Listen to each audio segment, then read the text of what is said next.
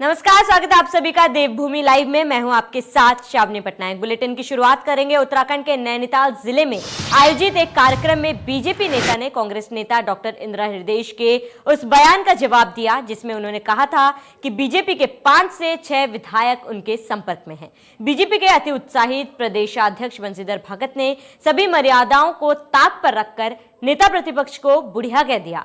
बंशीधर भगत की इस अमर्यादित टिप्पणी के बाद सभा बीजेपी के कार्यकर्ताओं के ठहाकों से गूंज उठी। ऐसा लगा मानो बीजेपी प्रदेश अध्यक्ष की यह अमर्यादित टिप्पणी बीजेपी के कार्यकर्ताओं और नेताओं को खूब भा गई और वह जोर जोर से इस पर ठहाके लगाने लगे। बंशीधर भगत के बयान पर उत्तराखंड के मुख्यमंत्री त्रिवेंद्र सिंह रावत ने खेद जताया है। सीएम ने ट्वीट कर किया, आदरणीय इंदिरा हृदयेश बहन जी, आज मैं अति दुखी हूं। महिला हमारे लिए अति सम्मानित व पूजनीय है। मैं व्यक्तिगत रूप से आपसे और उन सभी से क्षमा चाहता हूं जो मेरी तरह दुखी हैं। बीजेपी प्रदेश उपाध्यक्ष के अध्यक्ष के बिगड़े बोल, जहां पर बीजेपी नेताओं ने बिगड़े बोल पर जमकर ठहाके लगाए।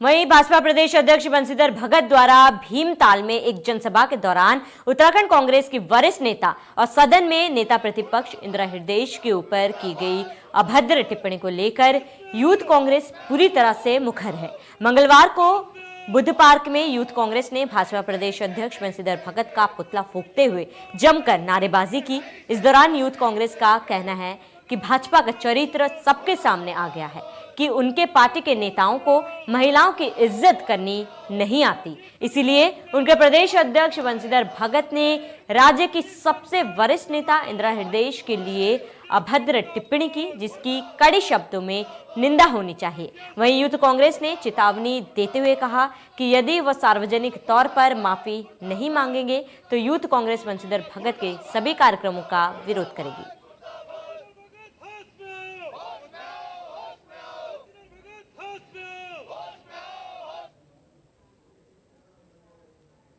आगे बढ़ेंगे। बीजेपी प्रदेश अध्यक्ष बंशीधर भगत की जुबान एक बार फिर से फिसली है। नेता प्रतिपक्ष इंदिरा हृदयेश के लिए जिस शब्दावली का इस्तेमाल किया उससे कांग्रेसियों में काफी गुस्सा देखने को मिल रहा है। कांग्रेस के प्रदेश अध्यक्ष प्रीतम सिंह की अध्यक्षता में हुई प्रेस वार्ता में उन्होंने बंशीधर के बयान को आहत करने वाला करार दिया।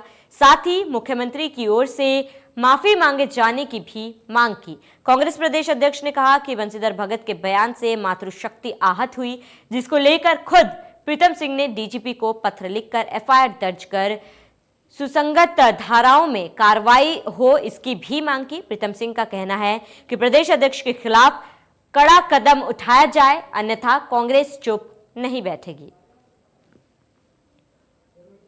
कि मैंने तो बड़ा स्पष्ट कर दिया है कि हमने डीजीपी से मिलकर के उन्हें पत्र दिया है कि तत्काल प्रभाव से एफआईआर दर्ज हो और सुसंगत धाराओं में कार्रवाई हो। ये हमने डीजीपी से कहा है। हम मुख्यमंत्री जी से भी कहना चाहते हैं कि आपके दल के लोग लगातार महिलाओं के साथ शोषण करने का काम कर रहे हैं और आज नेता प्रतिपक्ष पर जो अशोभनीय अभद्र टिप्पणी की है, तत्काल प्रभाव से मुख्यमंत्री जी इस पर कार्रवाई कराने का काम करें। देखिए, मैंने तो बड़ा स्पष्ट कर दिया है कि हमने डीजीपी से मिलकर के उन्हें पत्र दिया है कि तत्काल प्रभाव से एफआईआर दर्ज हो और सुसंगत धाराओं में कार्रवाई हो। ये हमने डीजीपी से कहा है। हम मुख्यमंत्री जी से भी कहना चाहते हैं कि आपके दल के लोग लगातार महिलाओं के साथ शोषण करने का काम कर रहे हैं और आज नेता प्रतिपक्ष पर जो अशोभनीय अभद्र टिप्पणी की है, तत्काल प्रभाव से मुख्यमंत्री जी इस पर कार्रवाई कराने का काम करें। उधर मसूरी में महिला कांग्रेस की अध्यक्ष जसवीर कौर और महिला कांग्रेस कार्यकर्ताओं ने भाजपा प्रदेश अध्यक्ष बंशीधर भगत के खिलाफ जमकर नारेबाजी कर उनका पुतला फूंका। बंशीधर भगत ने कांग्रेस नेता प्रतिपक्ष इंदिरा हृदयेश को लेकर एक कार्यक्रम के दौरान आपत्तिजनक भाषा का प्रयोग किया, जिसको लेकर प्रदेश में कांग्रेस कार्यकर्ताओं में गुस्सा देखा जा रहा है। मुख्यमंत्री त्रिवेंद्र सिंह रावत ने ट्वीट कर इंदिरा हृदयेश से बंशीधर भगत के व्यवहार पर माफी भी मांगी है।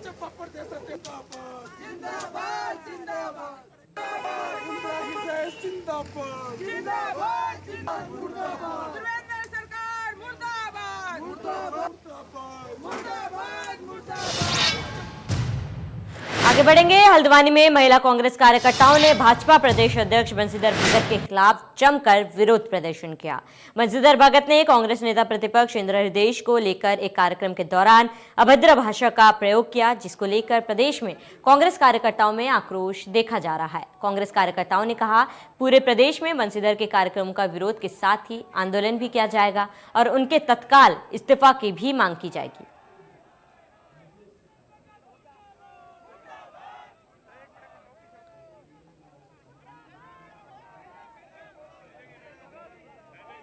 तो महिला कांग्रेस कार्यकर्ताओं ने जमकर विरोध किया है। बता दें कि बंशीधर भगत के अभद्र टिप्पणी नेता प्रतिपक्ष के ऊपर किए गए थे, जिसके बाद लगातार कांग्रेस की तरफ से इसका विरोध प्रदर्शन जारी है। जगह जगह पर प्रदेश अध्यक्ष के पुतले भी फूंके जा रहे, इसके साथ ही इन पर कड़ी कार्रवाई की भी मांग की है।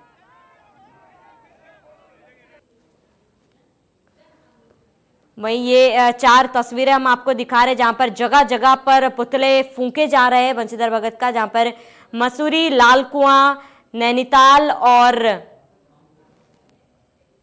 हल्द्वानी में पुतले फूंके जा रही है। 4 तस्वीरें हम आपको दिखा रहे हैं जहां पर लगातार कांग्रेस की तरफ से विरोध प्रदर्शन किया जा रहा है। बंशीधर माफी नहीं मांगे तो और उग्र आंदोलन करने की भी चेतावनी दे दी गई है। ये तस्वीरें हम आपको दिखा रहे हैं जहां पर नेता प्रतिपक्ष इंदिरा हृदयेश के खिलाफ अभद्र टिप्पणी करने के बाद जगह जगह पर कांग्रेस कार्यकर्ताओं की तरफ से विरोध प्रदर्शन किया जा रहा है। बंशीधर भगत के पुतले फूंक कर ये विरोध प्रदर्शन जाहिर किया जा रहा है। इसके साथ ही लगातार कांग्रेस कार्यकर्ताओं की मांग है कि बंशीधर भगत के खिलाफ कड़ी से कड़ी कार्रवाई हो और इसके साथ ही उनसे माफी मांगने की भी बात कही है।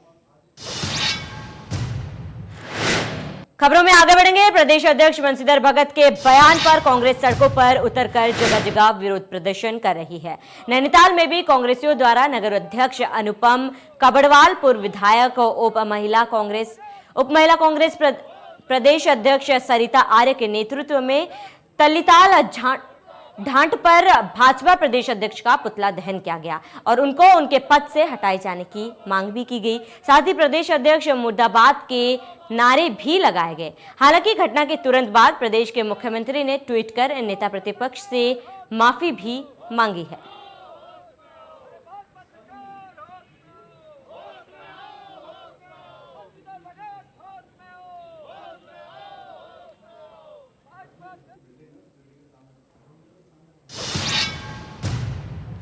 आगे बढ़ेंगे। आम आदमी पार्टी के कार्यालय पर आयोजित एक प्रेस वार्ता में प्रदेश प्रवक्ता मयंक शर्मा ने कहा कि जहां एक और उत्तराखंड के हजारों किसान पंजाब और अन्य राज्यों के किसानों के साथ दिल्ली की सीमाओं पर भयंकर ठंड और बारिश को झेलते हुए कृषि बिलों के विरोध प्रदर्शन में डटे हुए हैं, वहीं दूसरी ओर भारतीय जनता पार्टी उत्तराखंड के विधायक और मंत्री सत्ता के नशे में चूर अमर्यादित भाषा बोल देवभूमि को कलंकित कर रहे हैं। बार कहते चले आए कि भाजपा की कथनी और करनी में हमेशा फर्क रहा है।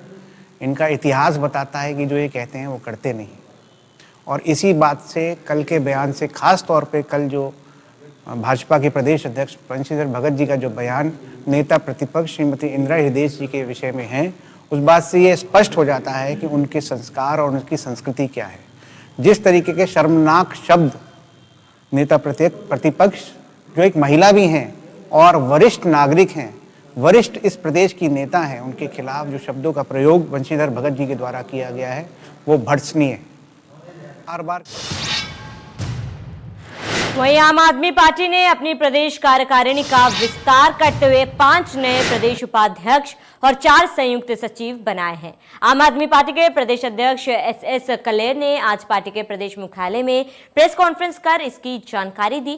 प्रेस कॉन्फ्रेंस में सह प्रभारी राजीव चौधरी, प्रदेश उपाध्यक्ष रजिया बैग और नवनियुक्त प्रदेश उपाध्यक्ष मौजूद रहे। इस दौरान प्रदेश अध्यक्ष SS कलेर ने कहा कि आगामी 2 महीने में संगठन को विधानसभा स्तर तक खड़ा किया जाएगा।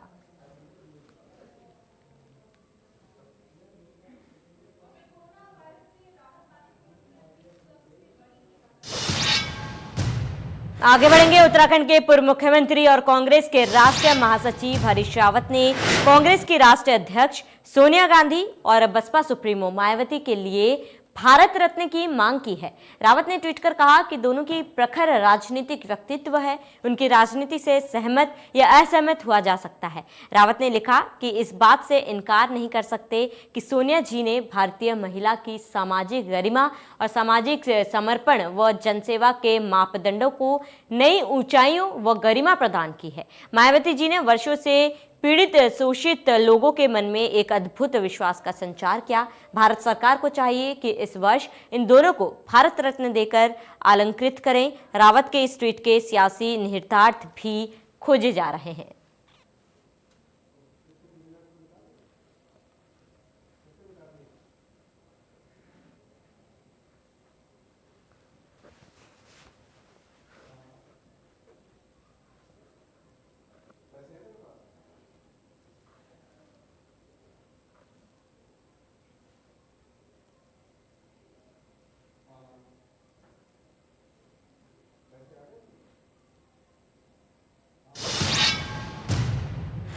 खबरों में आगे बढ़ेंगे। उत्तराखंड में मौसम ने एक बार फिर से करवट बदल दी है। पर्वतीय क्षेत्र में जहां हल्की बारिश के साथ हिमपात हुआ, वहीं मैदानी क्षेत्र में तेज हवाओं के साथ हल्की बूंदाबूंदी भी हुई। मौसम विभाग के मुताबिक 5 और 6 जनवरी को प्रदेश के सभी जिलों में हल्की बरसात के साथ उच्च वाले क्षेत्र में बर्बादी होनी थी। उत्तराखंड में मौसम विभाग की भविष्यवाणी एक बार फिर सटीक साबित हुई है। मौसम विभाग के मुताबिक 5 और 6 जनवरी को पर्वतीय क्षेत्रों में बर्फबारी के साथ मैदानी क्षेत्रों में बरसात की संभावना जताई गई थी, जिसके बाद कल देर रात से पर्वतीय क्षेत्रों में वर्षा के साथ हिमपात हो रहा है, तो वहीं मैदानी क्षेत्रों में हल्की बरसात के साथ तेज़ हवाएं चलती हुई नज़र आ रही हैं, जिसके चलते अब पर्यटकों के चेहरे भी खिलते हुए नज़र आ रहे हैं। देहरादून से सुभाष गौड़, इंडिया न्यूज़।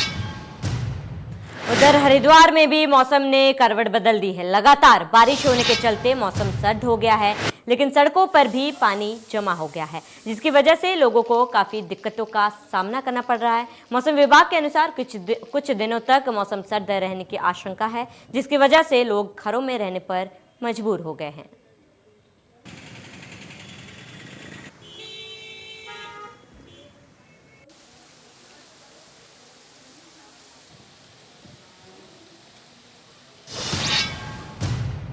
आगे बढ़ेंगे। पहाड़ी क्षेत्र में बर्फबारी होने से मैदानी इलाकों में बारिश हो रही है, जिससे ठंड बहुत बढ़ गई है। लगातार होती बारिश किसानों और आवारा पशुओं के लिए मुसीबत बन गई। इस लगातार बारिश से किसानों की सैकड़ों एकड़ फसल नष्ट हो सकती है। जो गहरे के खेत हैं तो उन पे स्वाभाविक बात है कि पानी इकट्ठा हो जाएगा। अभी किसान भाई ने हमारा गेहूं बोआ है, तो वो गेहूं की फसल जो है सब नष्ट हो जाएगी। इस वर्ष हम यही प्रार्थना कर रहे हैं।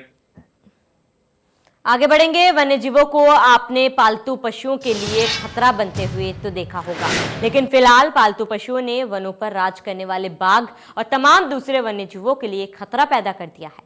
हालत यह है कि वन विभाग ने सभी वन अधिकारियों को निर्देशित करते हुए पक्षियों और कुत्तों को लेकर खास एहतियात बरतने की बात कही। राज्य में इन दिनों वन विभाग अलर्ट मोड पर है। ऐसा भारत सरकार की उस एडवाइजरी के बाद हुआ जिसमें वन्य जीवों को पालतू पशु पक्षियों से हो रहे खतरे को लेकर सतर्क रहने के लिए कहा गया। आपको बता दें कि महाराष्ट्र में कुत्तों से वन्य जीवों में बीमारी फैलने के कुछ मामले आए थे, जिसके बाद उत्तराखंड वन विभाग ने भी विभागीय अधिकारियों को कुत्तों को लेकर खास सतर्कता बरतने के निर्देश दिए थे। साथ ही ऐसी स्थिति की संभावना होने पर फौरन सूचित करने के भी बात कही थी।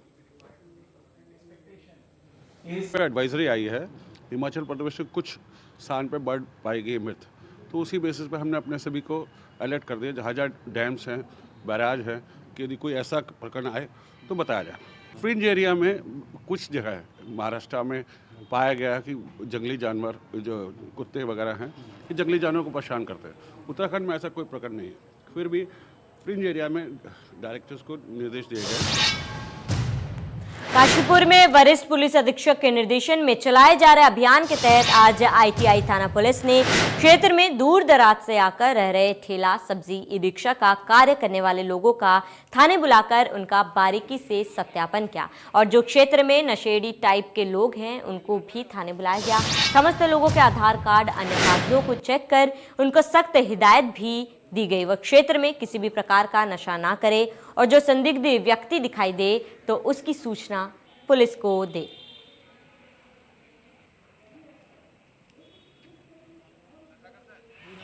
फेरी ठेली लगाने वाले ये और बाहरी संदिग्ध जो लोग हैं उनके जो उनको बुलाया गया, उनको लाया गया और उनका नाम पते नोट किए गए। उनकी गतिविधियों पे ध्यान रखने हेतु कहा गया कि तुम्हारी गतिविधियों पे पुलिस को जो है नज़र रखी हुई है। उनका एक रजिस्टर मेंटेन किया जा रहा है हमारे यहाँ श्रीमान वरिष्ठ पुलिस अधीक्षक महोदय के निर्देशानुसार, और इनकी परेड कराई गई, इनको बुलाया गया, इनसे बातचीत की गई, कौन कहाँ का है पूरा रजिस्टर में नोट किया गया। नशेड़ी इनमें कुछ लोग वो हैं जो नशे के आदी हैं, नशेड़ी भंगेड़ी हैं, उनको लाया गया। तो ये आज जो है हम जगह जगह जा कर के भी जैसे चैती चौराहे पे भी हमने जो वहाँ पे नशेड़ी भंगेड़ी और संदिग्ध किस्म के जो लोग थे उनको भी हमने वहाँ पे बुला करके उनका नाम पते नोट किए गए। और अन्य चौकी क्षेत्र में भी हमारे चौकी पैगा क्षेत्र में भी इस कार्रवाई को किया जा रहा है। हरिद्वार के पौड़ी क्षेत्र में कुंभ मेले के मेला नियंत्रण कक्ष के पास अधिकारी दीपक रावत ने अवैध शराब बेचे जाने पर छापेमारी करते हुए 160 देसी शराब की पेटी के साथ एक व्यक्ति को पकड़कर पुलिस के हवाले कर दिया। मेला अधिकारी को अवैध शराब को लेकर लगातार शिकायत मिल रही थी। साथ ही एसएसपी हरिद्वार को पत्र लिखकर जानकारी जांच पड़ताल करवाते रहने का आग्रह भी किया गया था।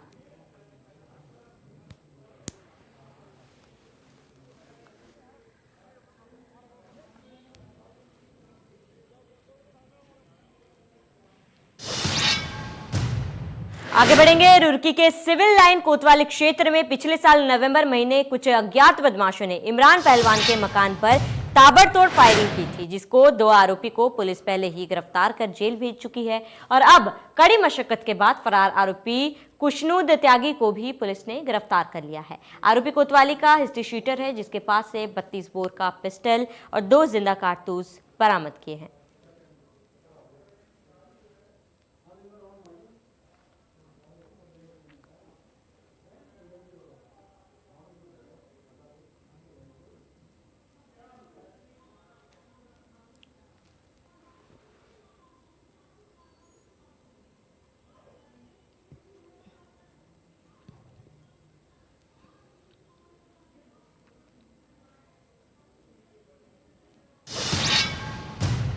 खबरों में आगे बढ़ेंगे। पर्यटन सचिव दिलीप जावलकर ने टिहरी बांध झील क्षेत्र में 13 डेस्टिनेशन के तहत चलाई जाने वाली पर्यटन संबंधित गतिविधियों और निर्माण कार्यों का स्थलीय निरीक्षण किया। उन्होंने डोबरा में दुकानों के लिए आवंटित भूखंडों पर व्यवस्थित और एक रूपता से निर्माण कार्य कराए जाने के निर्देश दिए। इस क्षेत्र में अव्यवस्थित तरीके से बनाए जा रहे स्ट्रक्चरों को तत्काल रोकने के आदेश एसडीएम की ओर से दिए गए।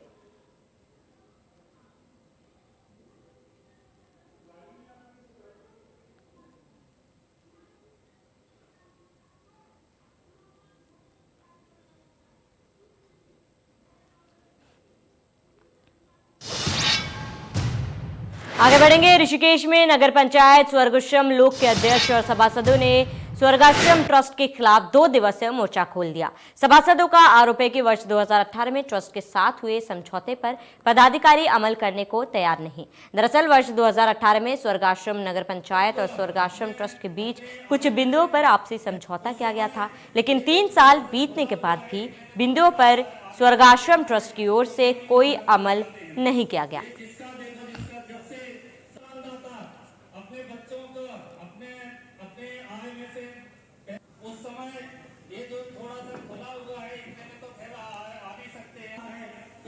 धर्म में लगाते हैं।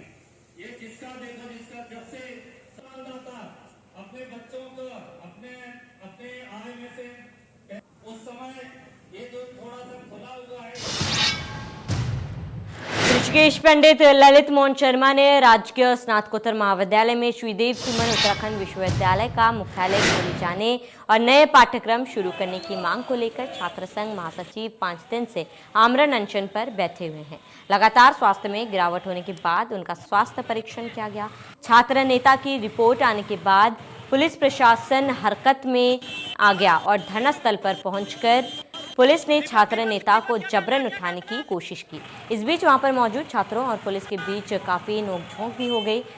अनशनकारी छात्र नेता को कंधे पर बिठाकर छात्र छात्राएं सड़क पर निकल आए। किसी तरह पुलिस ने छात्र नेता को एम्बुलेंस में बिठाकर राजकीय चिकित्सालय पहुंचाया। वहीं आला अधिकारी द्वारा छात्रों को समझाया जा रहा है कि शांतिपूर्ण तरीके से आप अपनी बात कॉलेज प्रशासन के समक्ष रखें और कानून व्यवस्था के साथ कोई भी खिलवाड़ ना करे। किसी भी तरह की गुंडागर्दी बर्दाश्त नहीं की जाएगी।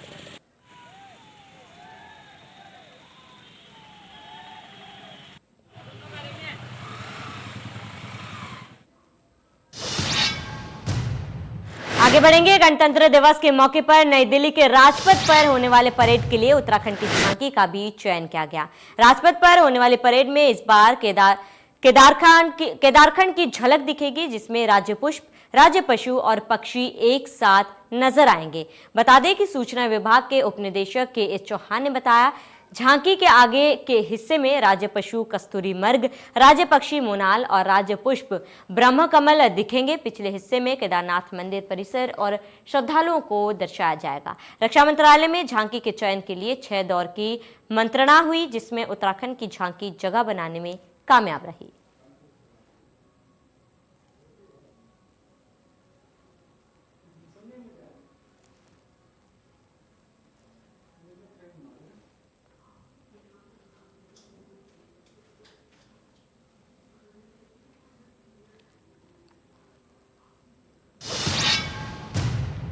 इसी के साथ देवभूमि लाइव में इतना ही। बने रहिए हमारे साथ। नमस्कार।